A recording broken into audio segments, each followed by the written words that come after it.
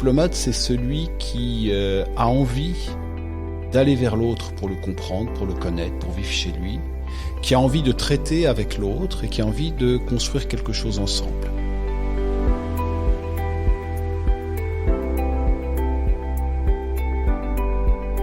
Bienvenue à toutes et à tous sur notre podcast The Next Page, le podcast de la Bibliothèque et Archives des Nations Unies à Genève. Pour cet épisode, nous avons l'ambassadeur de France, Monsieur Bonafont, avec nous. Nous allons discuter avec lui de son livre Diplomate, Pourquoi faire, qui vient de paraître chez Odile Jacob.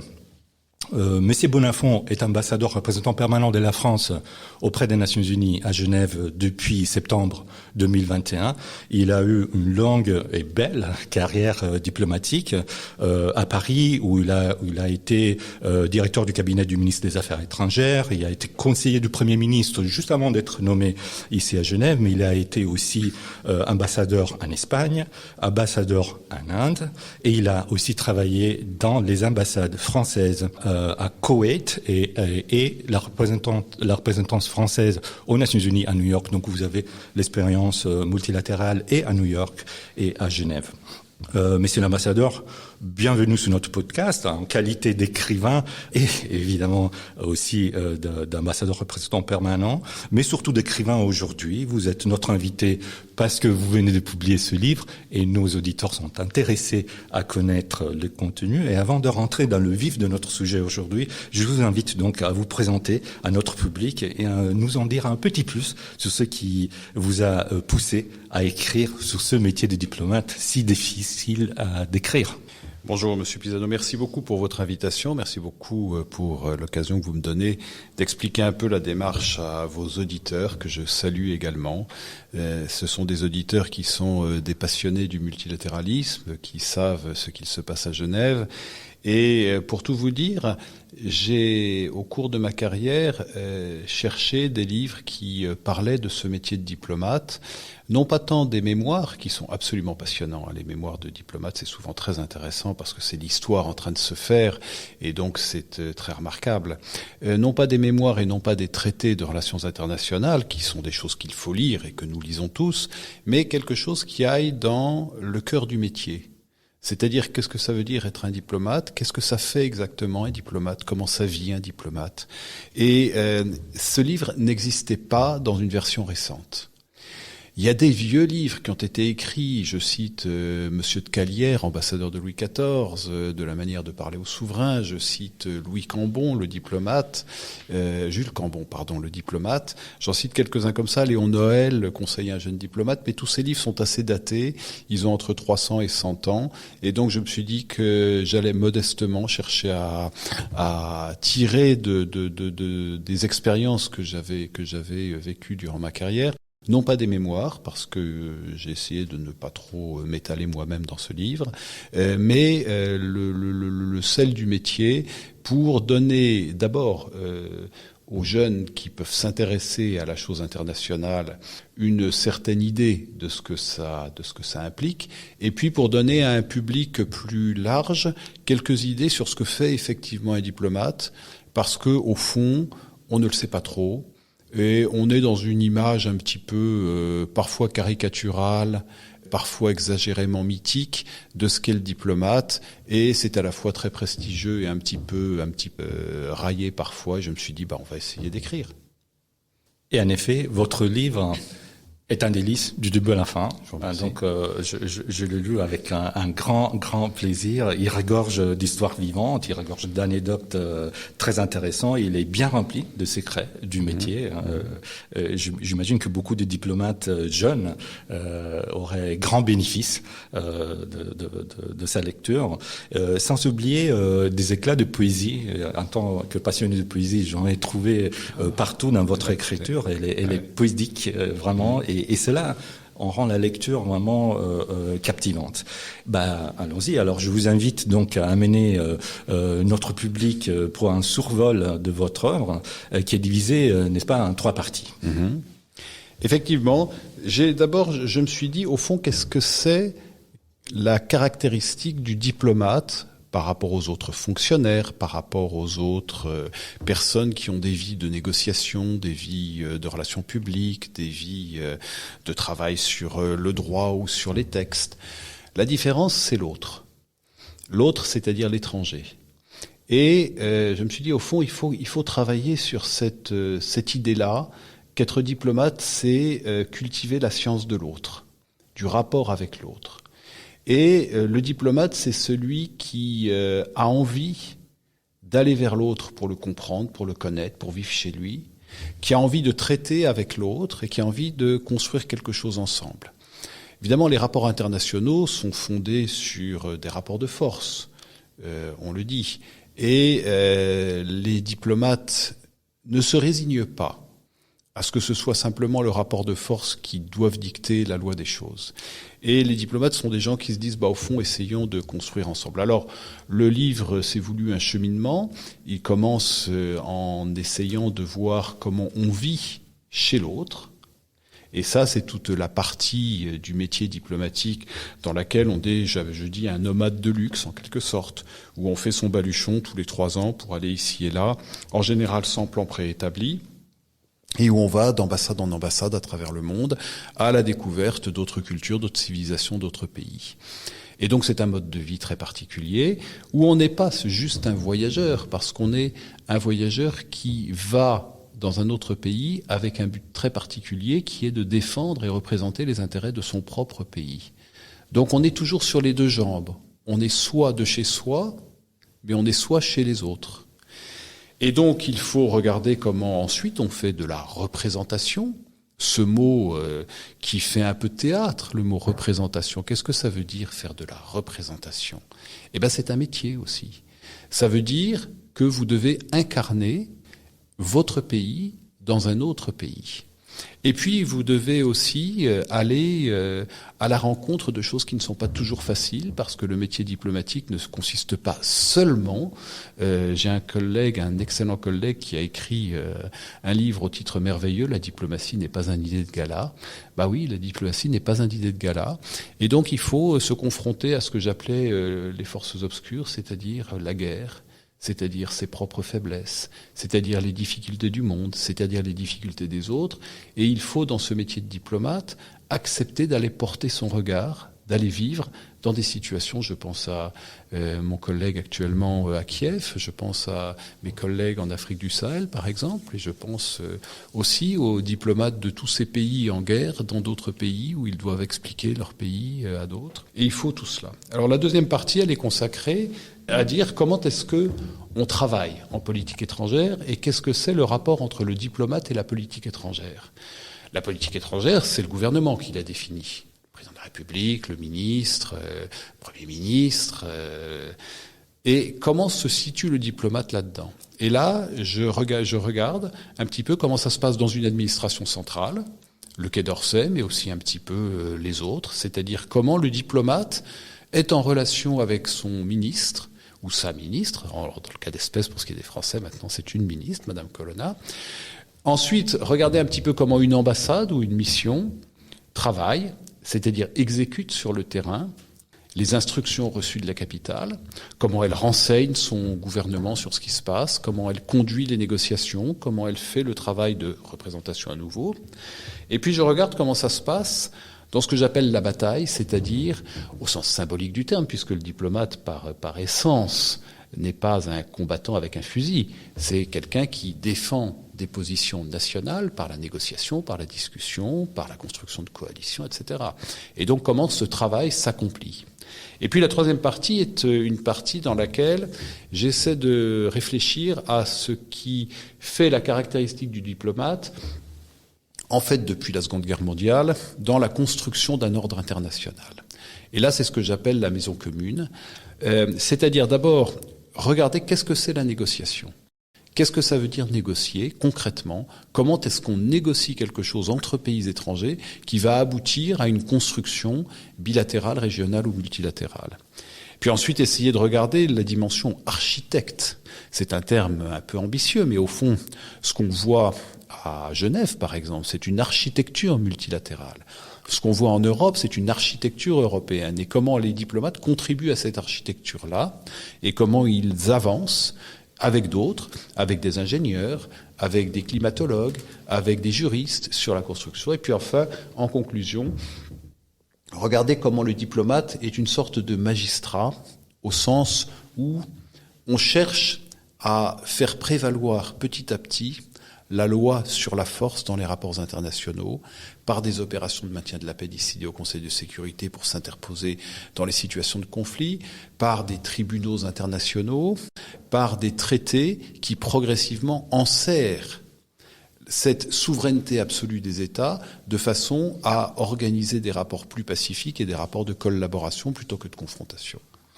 Justement, sur cette troisième partie de votre livre, La Maison commune, j'aimerais qu'on s'arrête un instant, qu'on fasse un petit peu plus d'analyse en ce qui concerne la diplomatie multilatérale.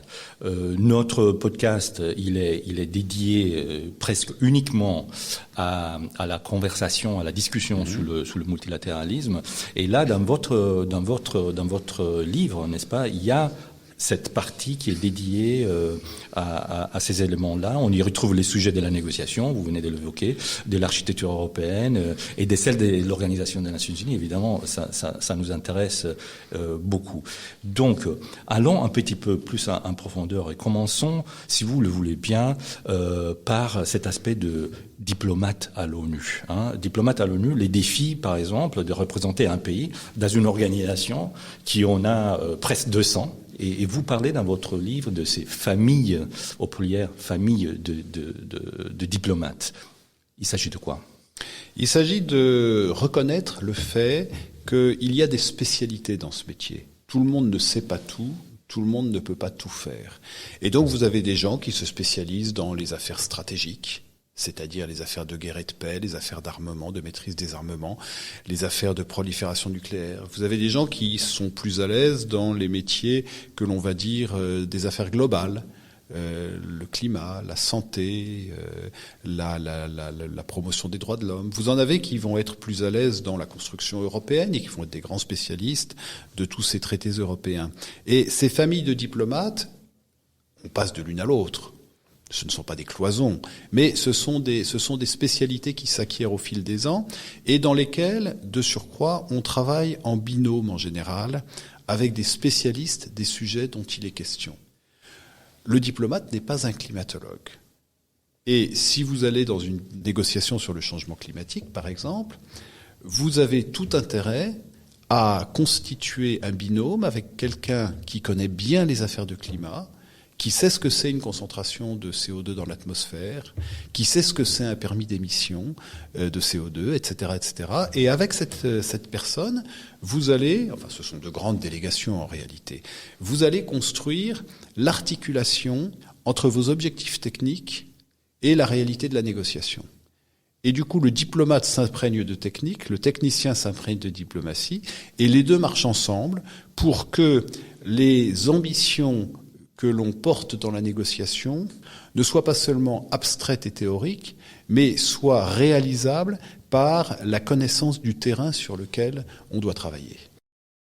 Néanmoins, dans la partie d'exécution que vous appelez aussi la bataille dans votre livre, il me semble que cette polarité entre la protection et la promotion des intérêts nationaux et des priorités de son propre pays et les valeurs et les exigences, disons, globalistes ou globales, si on veut, cette polarité persiste. Le diplomate, dans un contexte multilatéral comme celui de l'ONU, comment va-t-il faire, comment va s'y prendre dans cette polarité ? Il faut prendre un petit peu en amont, si vous voulez bien. Parce qu'il faut regarder comment votre pays définit vos instructions. Quand vous êtes diplomate, vous n'allez pas tout seul à la négociation avec vos idées à vous. Non, il y a toute une préparation en amont et vous allez à la négociation muni de vos instructions. Alors c'est pas l'instruction publique, ce sont les instructions que vous recevez de votre gouvernement pour défendre un certain nombre de positions. Vous, la délégation française, c'est pas une personne, c'est pas une femme, un homme seulement, c'est une délégation qui va, délégation française, italienne, brésilienne, chacun vient avec ses instructions. C'est-à-dire la façon dont votre gouvernement vous dit, Voilà, tu dois défendre telle position dans telle enceinte. Par exemple, on a un traité sur les pandémies en négociation. La délégation américaine arrive avec telle vision de ce que doit être ou ne pas être ce traité. La délégation du Gabon arrive avec une autre vision, la délégation de l'Inde, etc. Et donc, une fois que vous arrivez muni de ces instructions, ça c'est une grande formule, muni de vos instructions, vous arrivez avec vos instructions et vous devez, sur cette base, vous organiser le travail de façon à ce que les choses soient faites dans le meilleur intérêt de votre pays et en même temps avec pour but d'arriver à un résultat. Et c'est là qu'on a quelque chose qui est au cœur de ce que vous dites.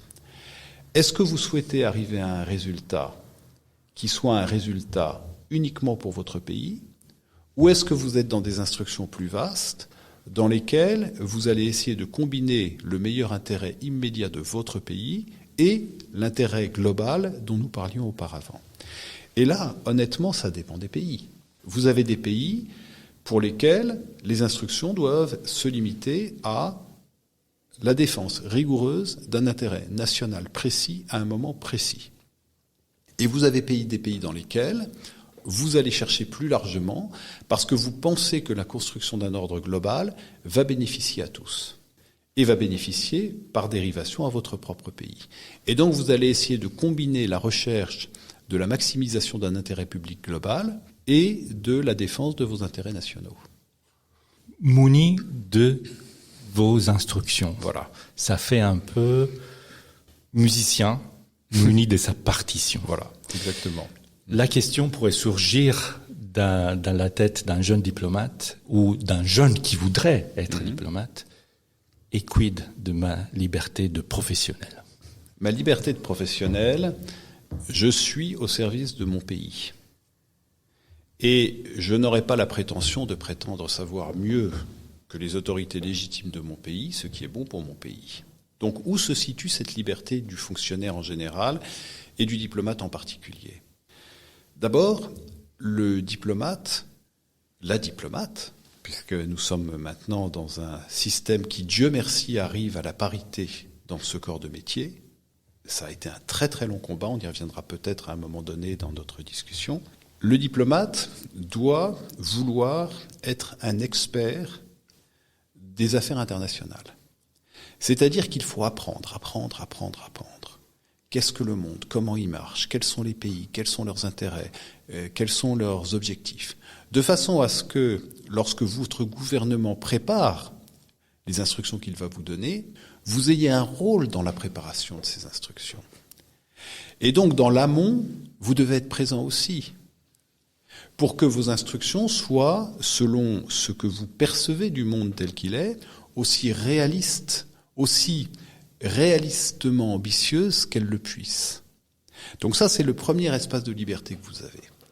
C'est d'être un professionnel suffisamment solide pour pouvoir apporter à votre gouvernement, dans la phase d'élaboration de la discussion, de la décision, des éléments tangibles qui vont orienter sa décision. Et puis ensuite, vous avez la liberté de l'interprète. Quand vous écoutez de la musique, vous avez d'excellentes interprétations de grands classiques et des interprétations médiocres. Bon, c'est la même chose en diplomatie. Vous avez des diplomates, on en a tous à l'esprit, qui interprètent merveilleusement les partitions nationales et qui arrivent à vous rendre savoureuse un message compliqué. Et puis vous en avez d'autres qui sont moins convaincants, on va dire. Et donc là, vous avez votre liberté. Parce que c'est vous, avec votre savoir, votre talent, votre expérience, votre capacité à tisser des relations, qui allez faire l'interprétation et donc qui allez déterminer si l'auditoire est convaincu ou pas, si vous arrivez au succès ou pas, partiellement, complètement, selon les circonstances. Et donc, ce métier de diplomate a une évolution continue, éternelle.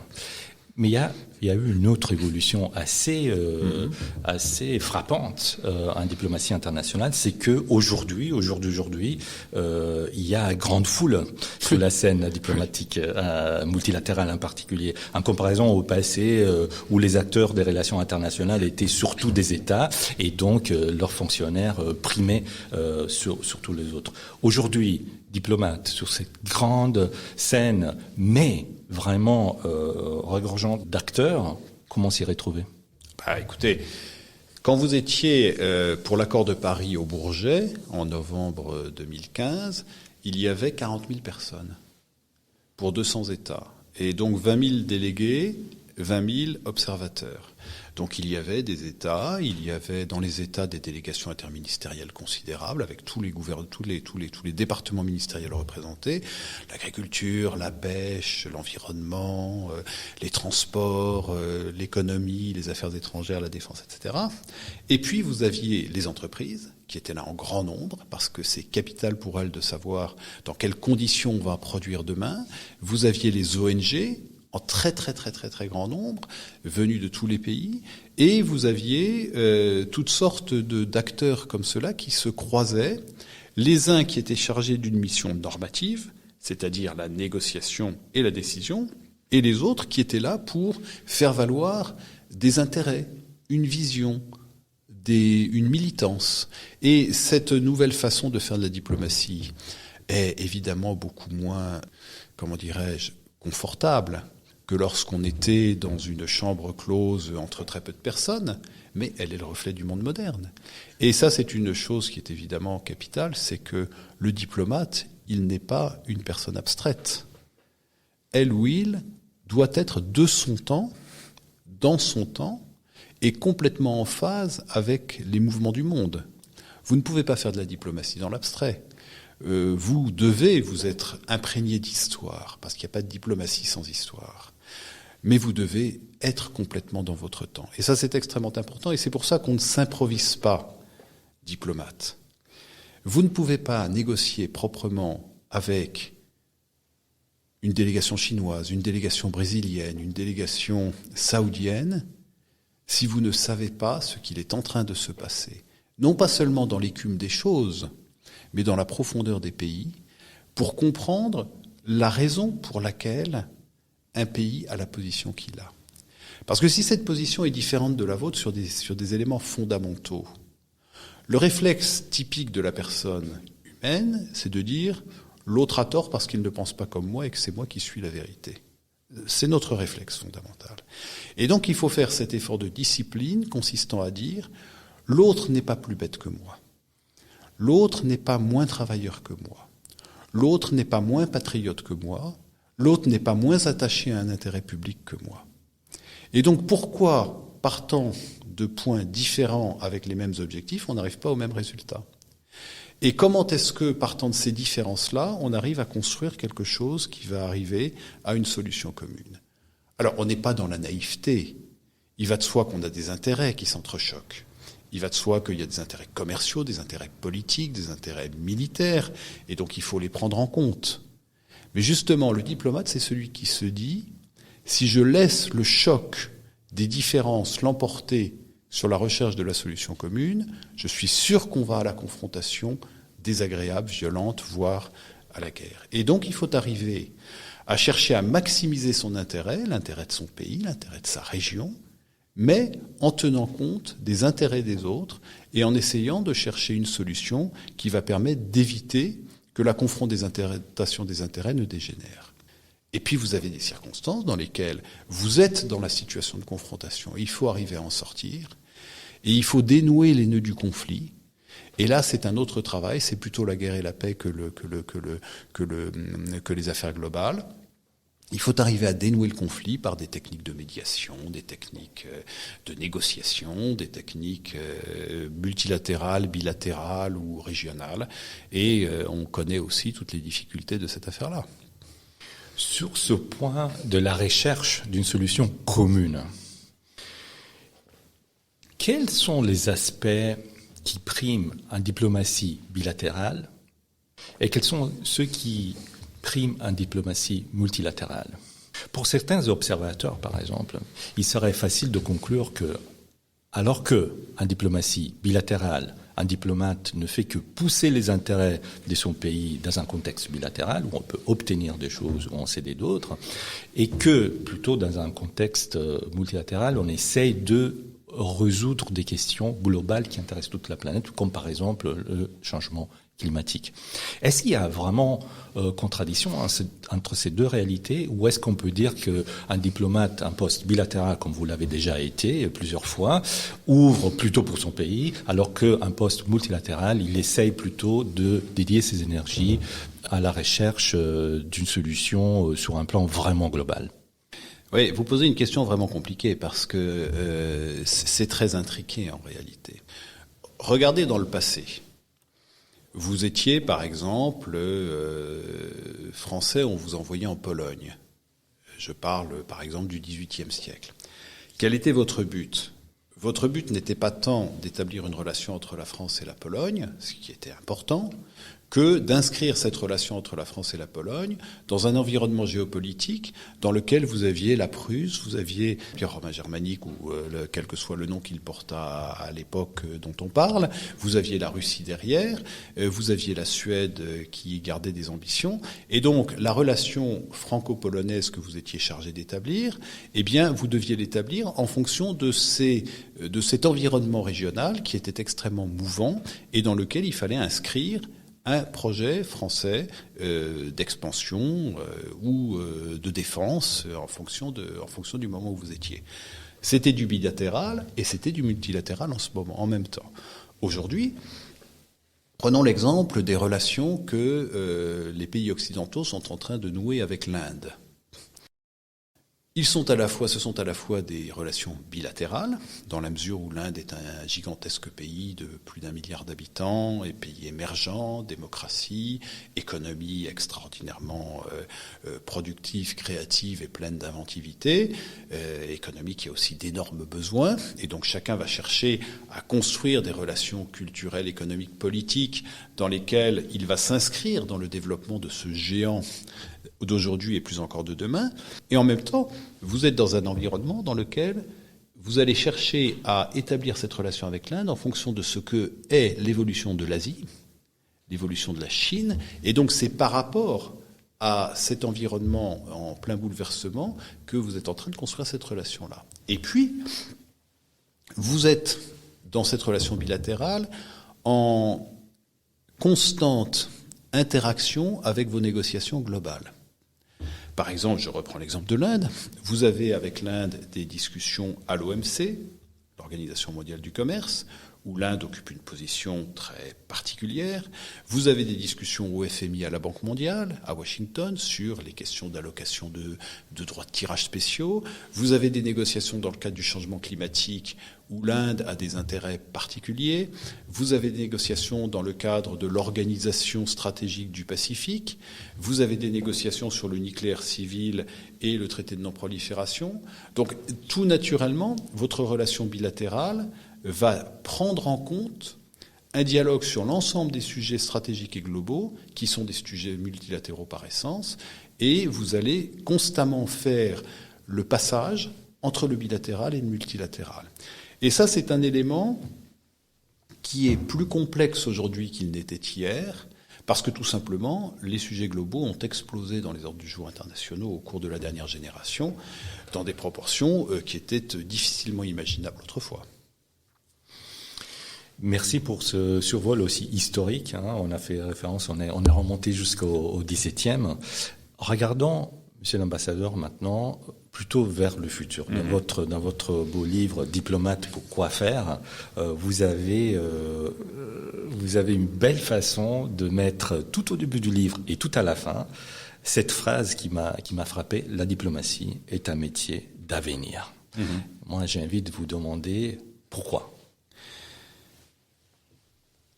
L'idée qu'on a souvent, c'est que comme il n'y a plus de distance, il n'y a plus besoin de diplomates. Et que comme les chefs d'État et de gouvernement et les ministres se parlent constamment eux-mêmes, ils n'ont plus besoin de diplomates puisque maintenant on fait tout par soi-même. Et puis les délégations se rencontrent toutes seules, donc il n'y a plus besoin de diplomates. Néanmoins, l'autre est un autre. Et il y a une altérité absolument irrémédiable.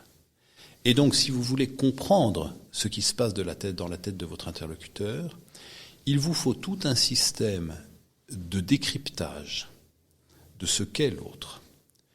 Imaginez par exemple que vous soyez nommé demain ministre des Affaires étrangères de votre pays.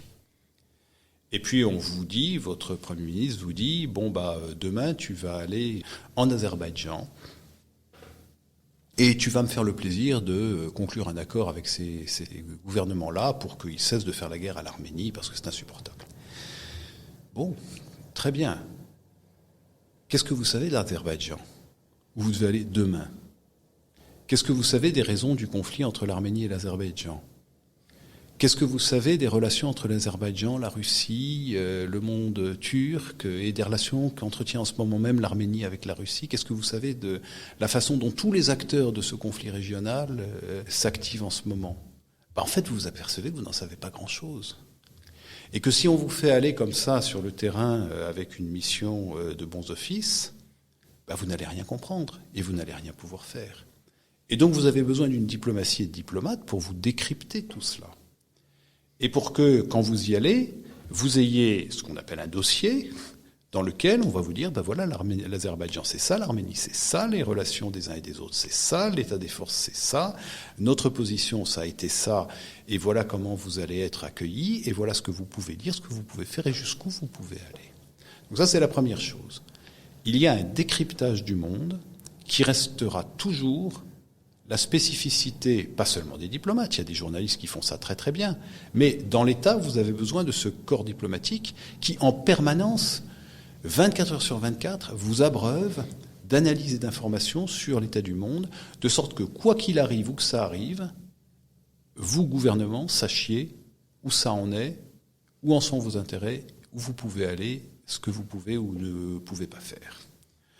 Deuxièmement, je vous parlais de ce binôme entre le spécialiste et le diplomate, de façon à ce que des sujets qui autrefois étaient nationaux et qui sont devenus internationaux puissent être traités en expertise de façon intelligente par les gens de l'État qui sont chargés de le faire. Et là, ce binôme est un binôme extraordinairement productif et extraordinairement précieux. Je vais vous prendre un exemple très concret. Une mission comme la mission de la France auprès des Nations Unies à Genève comporte pour moitié des diplomates de carrière et pour moitié des gens qui viennent d'autres ministères, qui sont des spécialistes de santé, des spécialistes juristes, des spécialistes d'environnement. Et il y a une sorte de fécondation mutuelle, cross-fertilization, comme on dit en anglais, entre les uns et les autres. Les diplomates apprennent la spécialité, les spécialistes apprennent la diplomatie. Et grâce à cela, on peut être présent à l'OMS, Organisation mondiale de la santé, à l'OIT, Organisation internationale du travail, il y a un syndicaliste dans la délégation française, à l'Organisation mondiale de la propriété intellectuelle, etc., en combinant le savoir professionnel sur les brevets, sur la santé, les médicaments, les pandémies, etc., et le savoir diplomatique. Et puis, je cherche toujours cette projection dans l'avenir, on voit que ce monde international est couvert d'acteurs qui étaient beaucoup moins nombreux et beaucoup moins présents autrefois. Bien, le diplomate, c'est celui qui va toujours incarner la chose d'État dans la question internationale. Quand vous êtes dans la vie nationale, il n'y a pas que des fonctionnaires dans votre pays. Il y a des tas d'autres gens et les fonctionnaires, Dieu merci, sont moins nombreux que les autres gens. Mais pour incarner l'État et l'architecture d'État, et pour préparer les lois, et pour préparer l'action du public, c'est naturellement le fonctionnaire. Dans la diplomatie, dans la vie internationale, ça va être pareil. C'est-à-dire que le diplomate va incarner l'action publique au sein d'une vie internationale qui va être beaucoup plus nombreuse et beaucoup plus variée qu'autrefois, mais où il y aura toujours à rechercher une forme d'intérêt général, une forme d'accord de régulation des nations qui reste la colonne vertébrale de cette vie internationale. Revenons à la question du genre. Vous l'avez dit, ouais. Vous l'avez touché juste en passant tout à l'heure.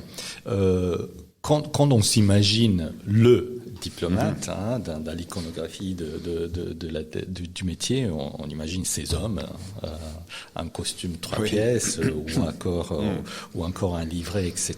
Et pourtant, le mot diplomate n'est ni masculin ni féminin, il est les deux. Hein. Une diplomate, un diplomate, ça s'écrit de la même façon dans votre langue. Vous l'avez dit, Dieu merci, on arrive à la parité. Où est-ce qu'on est et quelle est aujourd'hui la valeur ajoutée de cet équilibre qu'il faut chercher partout? Nous, aux Nations Unies, on le cherche très activement, on en fait vraiment un objectif politique. Mais du point de vue du diplomate, du professionnel, comment vous voyez les choses? D'abord, je dirais que cette parité, elle est un objectif en soi. C'est pas parce que c'est mieux, c'est pas parce que c'est moins bien, c'est parce qu'il faut. C'est parce qu'il y a dans l'humanité une moitié de femmes, une moitié d'hommes, et il faut donc que dans les grandes fonctions de la vie, il y a une moitié de femmes, une moitié d'hommes. Point. C'est un en soi. Et Genève, de ce point de vue, est assez avancée, parce que si j'observe la configuration des délégations genevoises, j'observe qu'on ne doit pas être très loin de la parité globalement, tout pays confondu. Alors, il faudrait faire des statistiques plus fines. Dans les organisations internationales, c'est également un objectif très affiché et on observe un grand progrès. Après, pour la France, ça a été un combat qui n'est pas encore complètement terminé, mais qui est vraiment en bonne voie, un combat très long et qui combinait d'abord un aspect sociologique assez pesant dans lequel il y avait ce que vous disiez, c'est-à-dire l'impression que c'était un métier d'homme. La première femme, je le raconte, la première femme nommée diplomate dans les années 30 a vu sa nomination attaquée par l'association des diplomates parce que comme elle n'avait pas la capacité civique, les diplomates considéraient qu'elle n'avait pas le droit de représenter la France puisqu'elle ne pouvait pas voter. Voilà, c'était Madame Borrell. Et elle s'est vengée en étant la femme d'un des plus puissants ministres des Affaires étrangères de la 4e République. Et donc, elle a été, en réalité, plus importante que la plupart de ses collègues. Mais c'était absolument incroyable. Et ensuite, il a fallu énormément de temps. Notre première femme ambassadrice, c'est 1972. Vous voyez ? Et maintenant, nous avons une ministre, une secrétaire générale, une ambassadrice à Londres succédant à une autre ambassadrice à Londres, la première femme ambassadrice de France, puis 3 autres. Donc ça y est, maintenant, je crois qu'on y est, et on y est surtout parce que nous sommes à parité dans les recrutements des jeunes. Et c'est ça qui a fait la différence maintenant. C'est qu'il y a autant de jeunes femmes que de jeunes hommes qui entrent dans ce métier-là.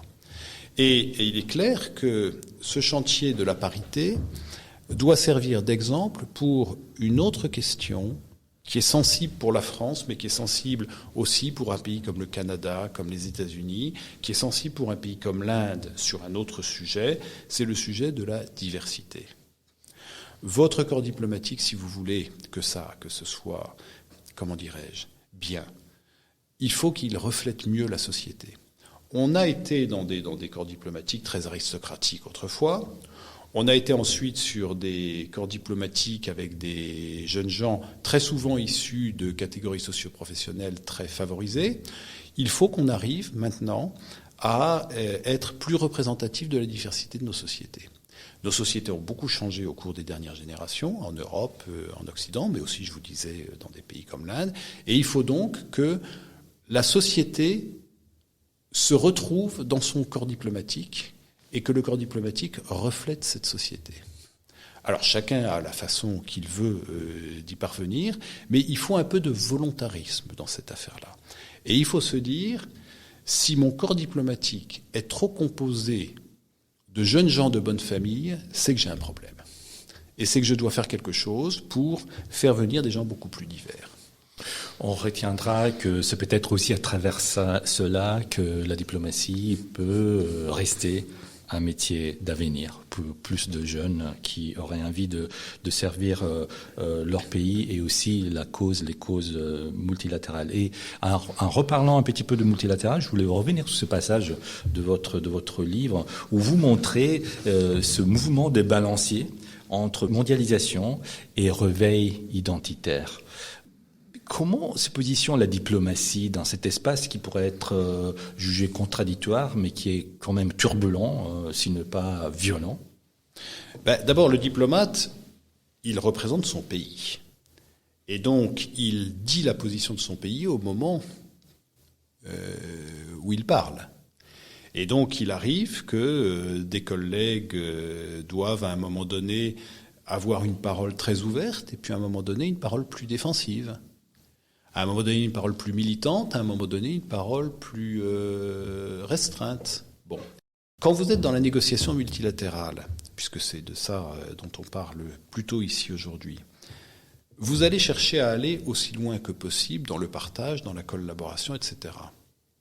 Mais vous devez aussi tenir compte du fait que vous avez en face de vous des gens qui ne sont pas forcément sur cet agenda-là, et des gens pour qui, si vous allez trop loin dans cet agenda-là, ils empêcheront le résultat d'arriver.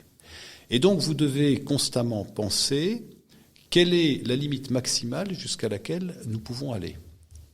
Et dans cette dialectique entre ouverture et fermeture, on peut rêver d'un monde totalement ouvert dans lequel il n'y ait plus de frontières, il n'y ait plus de nations, il n'y ait plus de langues.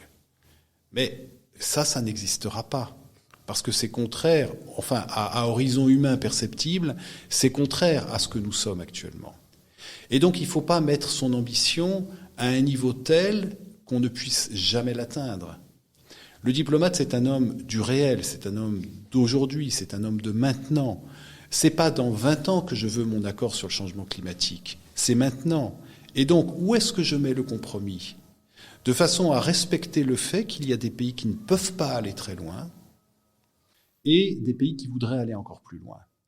Et naturellement, je dois faire attention à ce que je fais en multilatéral ne soit pas cassé par le rejet de certains pays. Et là, nous avons, en ce moment, un moment très, très, très, très dangereux dans la société internationale, dans lequel vous voyez la tentation, dans beaucoup de pays, de préférer l'épreuve de force à la collaboration. De dire le compromis, c'est de la compromission. De dire, moi je vais affirmer l'intérêt national et c'est celui-là qui va prévaloir et les autres, tant pis pour eux. Mais si tout le monde fait ça, on voit bien qu'on retourne à l'affrontement des nations tel qu'on l'a connu en Europe il y a quelques décennies. Et là, j'essaye de réfléchir un petit peu sur ce qu'est, non pas la leçon de l'Europe au monde, parce que ce serait terriblement arrogant et contre-productif de raisonner comme ça. Mais la leçon que les Européens doivent tirer pour eux-mêmes de leur propre expérience historique. Cette leçon-là, c'est que quand on déchaîne les intérêts nationaux, on aboutit à la guerre. Et que dans une situation de mondialisation telle que nous la vivons, l'Europe doit incarner ceux qui sont capables d'essayer de toujours aller au compromis plutôt que d'aller à l'affrontement, parce qu'ils ont payé et fait payer au monde un prix très très cher pour leurs affrontements nationaux. Et là, il y a un petit peu une particularité de l'expérience historique de l'Europe, non pas encore une fois pour s'établir en donneuse de leçons, mais pour s'établir en force capable de proposer des solutions avec les organisations internationales et avec les partenaires du monde. Nous approchons gentiment de la fin de cet épisode, mais on pourra pas se quitter, Messieurs Bonnafont, avant de vous écouter, un temps qu'écrivain bien sûr, mais un temps que diplomate aussi, sur un tout dernier sujet. À quoi doivent s'attendre les diplomates d'aujourd'hui, les jeunes, dans les prochaines décennies ? D'abord, c'est très difficile de pouvoir prétendre savoir ce qui va se passer. Quand j'ai commencé ma carrière, nous étions à l'époque de l'Union soviétique. Moi, ça me paraît être hier, mais aux jeunes, ça paraît être il y a 1000 ans. Mais cette époque de l'Union soviétique était une époque où nous avions l'impression que nous étions menacés de finlandisation, comme on disait à l'époque, c'est-à-dire de mise sous tutelle, menacés d'une guerre atomique globale. Et nous avions le sentiment de vivre dans un système international qui tenait grâce à la dissuasion et à l'équilibre de la terreur, mais qui n'était pas un équilibre de collaboration. Personne n'a vu à quelle vitesse allait s'effondrer le système soviétique. Ensuite, nous avons vécu quelques années dans l'impression qu'on allait vers une mondialisation heureuse dans laquelle la démocratie pluraliste, l'économie de marché, etc. allait se développer. Puis on a vu monter des puissances émergentes, mais on n'a pas vu les printemps arabes. On ne les a pas vus arriver. Et puis on a vu arriver la révolution numérique, mais qui peut prétendre raisonnablement qu'il a anticipé la façon dont la révolution numérique allait transformer nos vies? Honnêtement, ce serait d'une arrogance extrême de prétendre qu'on avait vu. Et puis, il y a eu le Covid, et on a eu ce confinement. Qui aurait au monde imaginé qu'un jour l'humanité se confinerait de cette façon-là? Et donc, le message aux jeunes, il est simple. Il est de dire, soyez prêts à ce que des choses inattendues vous arrivent. Et soyez prêts à ce que le monde de demain ne ressemble pas au monde d'hier. Et soyez prêts à y prendre votre part et à y prendre vos responsabilités.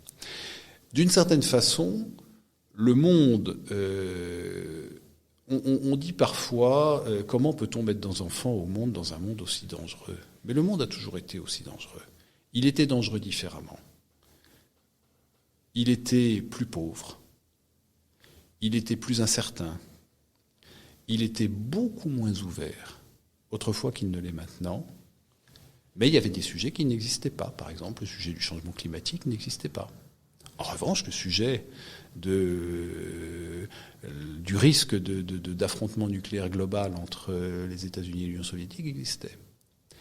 Et d'une certaine façon, les jeunes héritent de toutes sortes de progrès qui ont été construits par les générations passées, mais de tous les problèmes que ces progrès créent.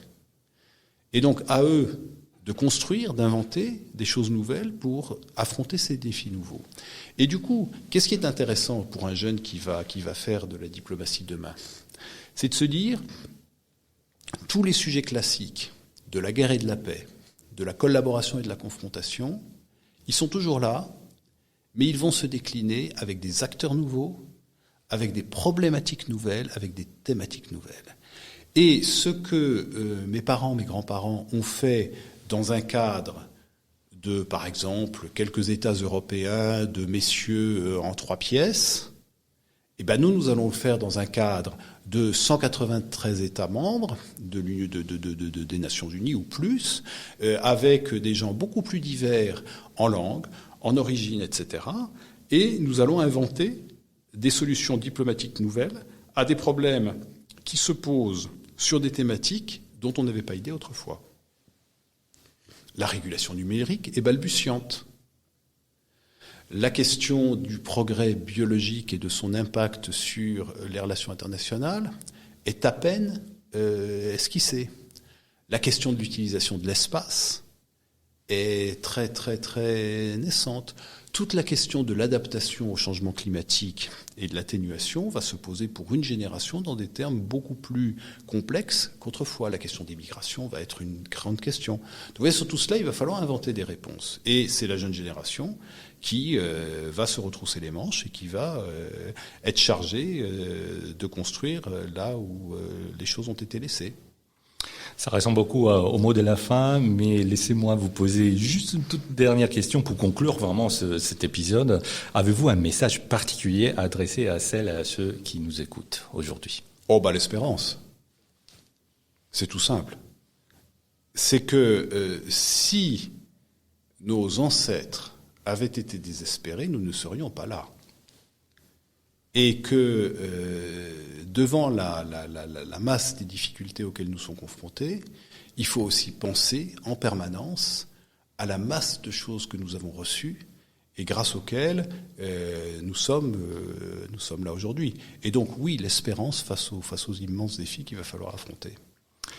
Ambassadeur Jérôme Bonnafont, votre livre « Diplomate, pourquoi faire » est aujourd'hui dans toutes les librairies. Il est aussi dans le catalogue de la Bibliothèque des Nations Unies ici à Genève. Nous en sommes très contents. Vous êtes aussi le représentant permanent de la France auprès des Nations Unies à Genève. Je vous remercie de tout cœur pour avoir pris le temps d'être avec nous sur notre podcast. Merci, monsieur l'ambassadeur. Merci à vous de m'avoir reçu et de m'avoir donné l'occasion de présenter ce livre et de parler à vos auditeurs.